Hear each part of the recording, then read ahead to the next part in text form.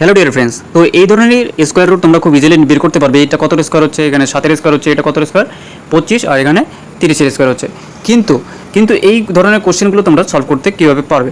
তো দেখো এখানে 10 কীভাবে লিখতে পারি, তো 9 যোগ 1 লিখতে পারি। ঠিক আছে, 9 রুট কত হচ্ছে 3 এবং প্লাস 1, আর নিচে কী লাগবে, 3-এর ডাবল কত হচ্ছে এখানে 6। ঠিক আছে, এখানে 3 যোগ তাহলে এখানে 0.16 আসবে।